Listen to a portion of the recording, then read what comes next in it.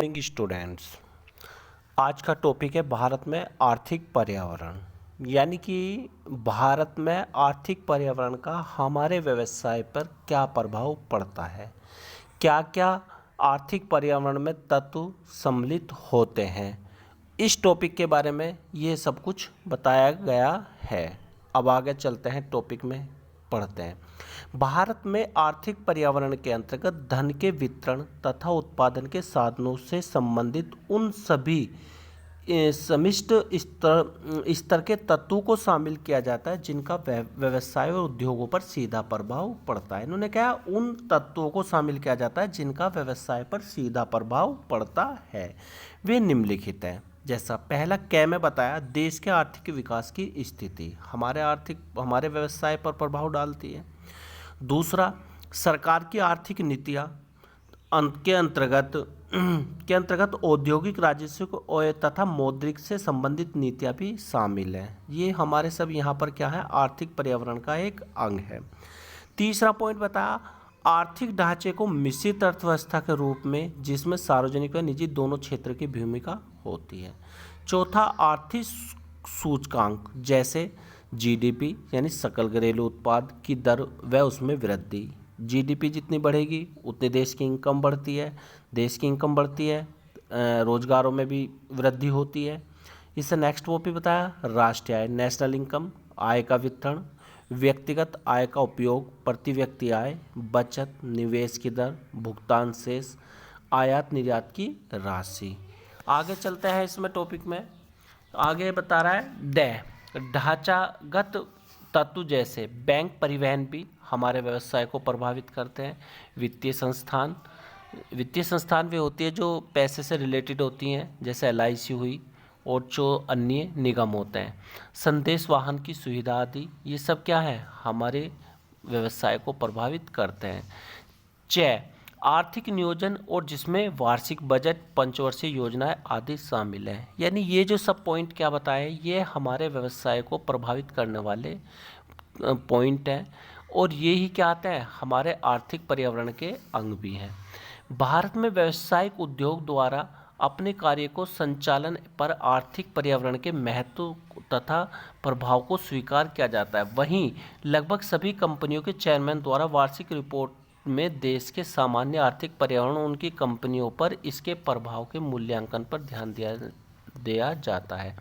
देखो यहाँ पे कह रहा गए, स्वतंत्रता प्राप्ति के पश्चात से ही भारत में व्यवसाय का आर्थिक पर्यावरण नियंत्रण बदल रहा है। यानी जब से देश आज़ाद हुआ उससे बाद में हमारे देश का आर्थिक पर्यावरण नियंत्रण बदल रहा है, जिसका प्रमुख कारण सरकार की नीतियाँ और स्वतंत्रता प्राप्ति के समय भारत की अर्थव्यवस्था मूल रूप से कृषि एवं उद्योगों पर प्रकृति की थी। पहले जो थी हमारी काहे पर निर्भर थी, पहले हमारी अर्थव्यवस्था ज़्यादातर कृषि और ग्रामीण प्रकृति की थी।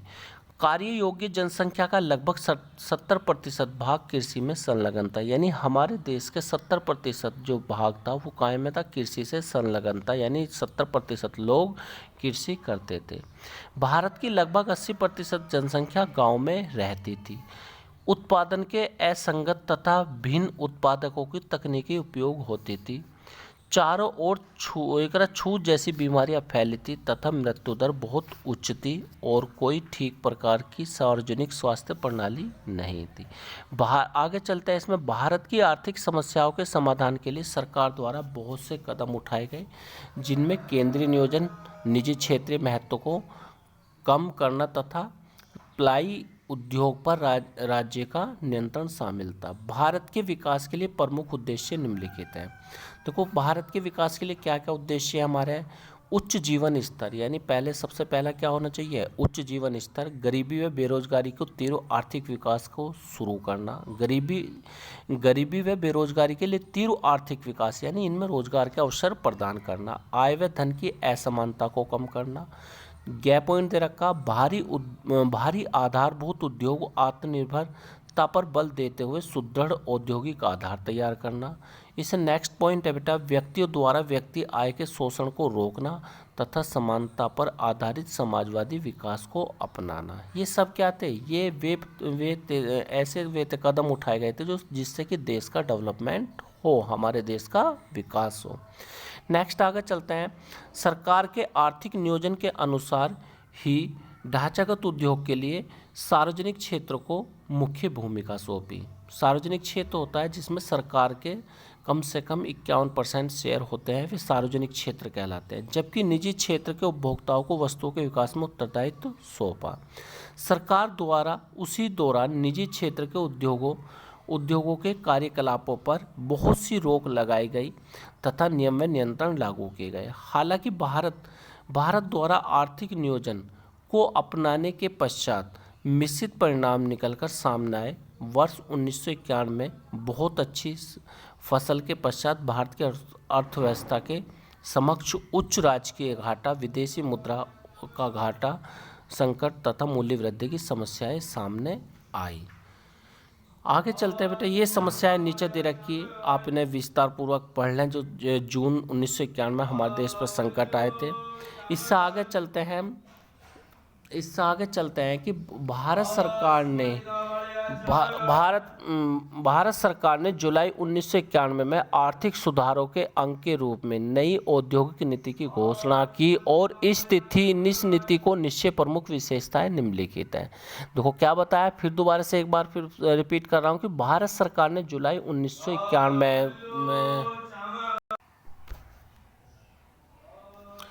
भारत सरकार ने जुलाई 1991 के आर्थिक सुधारों के अंग के रूप में नई औद्योगिक नीति की घोषणा की। इस नीति की प्रमुख विशेषताएं निम्नलिखित है।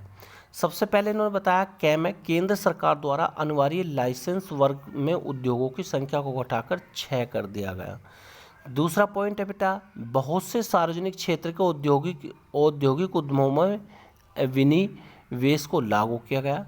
बहुत से उद्योगों को सार्वजनिक क्षेत्र के लिए निश्चित किए गए थे, उन्हें मुक्त कर दिया गया था। सार्वजनिक क्षेत्रों की भूमिका को कार्यनीतिक अथवा सामरिक महत्व के 4 उद्योगों तक सीमित कर दिया गया। यह पॉइंट इसमें विदेशी कंपनियों के साथ औद्योगिक समझौतों के लिए संचालन छूट दी गई। इससे नेक्स्ट पॉइंट है, विदेशी पूंजी नीति को उदार बनाया गया तथा विदेशी समता भागीदारी में वृद्धि की गई और क्षेत्रों में प्रत्यक्ष विदेशी निवेश FDI को 100% की छूट दी गई। भारत में विदेशी निवेश के प्रवर्तन तथा उसके अप्रचलन हेतु विदेशी निवेश प्रवर्तन बोर्ड FIPB की स्थापना की गई। इससे नेक्स्ट टॉपिक है बेटा हमारा उदारीकरण। देखो उदारीकरण क्या होता है। उदारीकरण होता है बेटा जो भारत के व्यावसायिक उद्योगों के अनावश्यक प्रतिबंधों को में छूट प्रदान करना, यानी कि जो बेकार के प्रतिबंध लगे हुए हैं हमारे, यानी अनावश्यक प्रतिबंध व नियंत्रणों से मुक्त करना ही उदारीकरण कहलाता है। क्या बताया मैंने कि भारतीय व्यवसाय व उद्योगों को अनावश्यक प्रतिबंध व नियंत्रणों से मुक्त करना ही आर्थिक सुधारों का मुख्य लक्ष्य था। देखो अब इसे पढ़ते हैं विस्तार पूर्वक। भारतीय व्यवसाय व उद्योग को अनावश्यक प्रतिबंध व नियंत्रणों से मुक्त करना ही आर्थिक सुधारों का प्रमुख लक्ष्य था, जो लाइसेंस परमिट व राज्य की समाप्ति का भी संकेत था। भारतीय उद्योगों में निम्नलिखित बिंदु उदारीकरण के संबंध में है। जब सबसे पहले क्या बताया, कुछ उद्योगों को छोड़कर अधिकतर में लाइसेंस की आवश्यकता को समाप्त करना था। वस्तु एवं सेवाओं के स्थानांतरण में प्रतिबंध को हटाना था। यह पॉइंट है, व्यवसायिक कार्यों के मापन के संबंध में नियंत्रण लेने की स्वतंत्रता, अर्थात व्यवसायिक गतिविधियों के विस्तार अपनाकर संकुचन पर किसी भी प्रकार का प्रतिबंध नहीं था। इससे आगे चलते हैं बेटा, कर की दरों में कमी और अर्थव्यवस्था में अनावश्यक नियंत्रण को हटा लेना, वस्तु और सेवाओं के मूल्यों के निर्धारण की स्वतंत्रता, आयात निर्यात की प्रक्रिया को सरल बनाना और भारत में विदेशी पूंजी व उद्योगों को आकर्षित करने को सरल बताना। इन्होंने क्या बताया बेटा, फिर एक बार बता रहा हूँ कि जो अनावश्यक के प्रतिबंध थे व नियंत्रणों से मुक्त करना ही उदारीकरण था। पहला जैसे इन्होंने फिर एक बार रिपीट कर रहा हूँ, कुछ उद्योगों को छोड़कर अधिकतर में लाइसेंस की आवश्यकता को समाप्त कर दिया, यानी कि कुछ ही जो उद्योग थे उनमें तो लाइसेंस रखा और सबके लाइसेंस निरस्त कर दिए गए थे कि कोई भी काम कर सकता है। वस्तु और सेवाओं के हस्तांतरण पर जो रोक थी वो हटा दी गई। व्यावसायिक कार्यों के मापन के संबंध में निर्णय के लेने की स्वतंत्रता तथा व्यावसायिक गतिविधियों का विस्तार को अपनाकर संकुचन पर किसी भी प्रकार का कोई प्रतिबंध नहीं था। करों की दरों में कमी यानी टैक्सों में कमी करी, अर्थव्यवस्था में अनावश्यक नियंत्रण को हटा लेना। इससे नेक्स्ट टॉपिक है बेटा वस्तुओं और सेवाओं के मूल्यों में निर्धारण की समाप्ति। आयात निर्यात की प्रक्रिया को सरल बनाना यानी कि जो आयात निर्यात होता था उसकी जो जटिल प्रक्रिया थी उसको सरल बनाया। भारत में विदेशी पूंजी व प्रौद्योगिकों को आकर्षित करने को सरल बनाना ही ये सब क्या थे, ये हमारे उदारीकरण के अंग थे बेटा। इसे इनमें कुछ ढील दे के गई, कुछ ढील दी गई और कुछ इन्हें जो हमारे बेकार के प्रतिबंध लगे तो उन्हें हटाकर व्यवसाय को बढ़ावा दिया गया। ये बेटा वीडियो यहीं समाप्त होती है। ओके।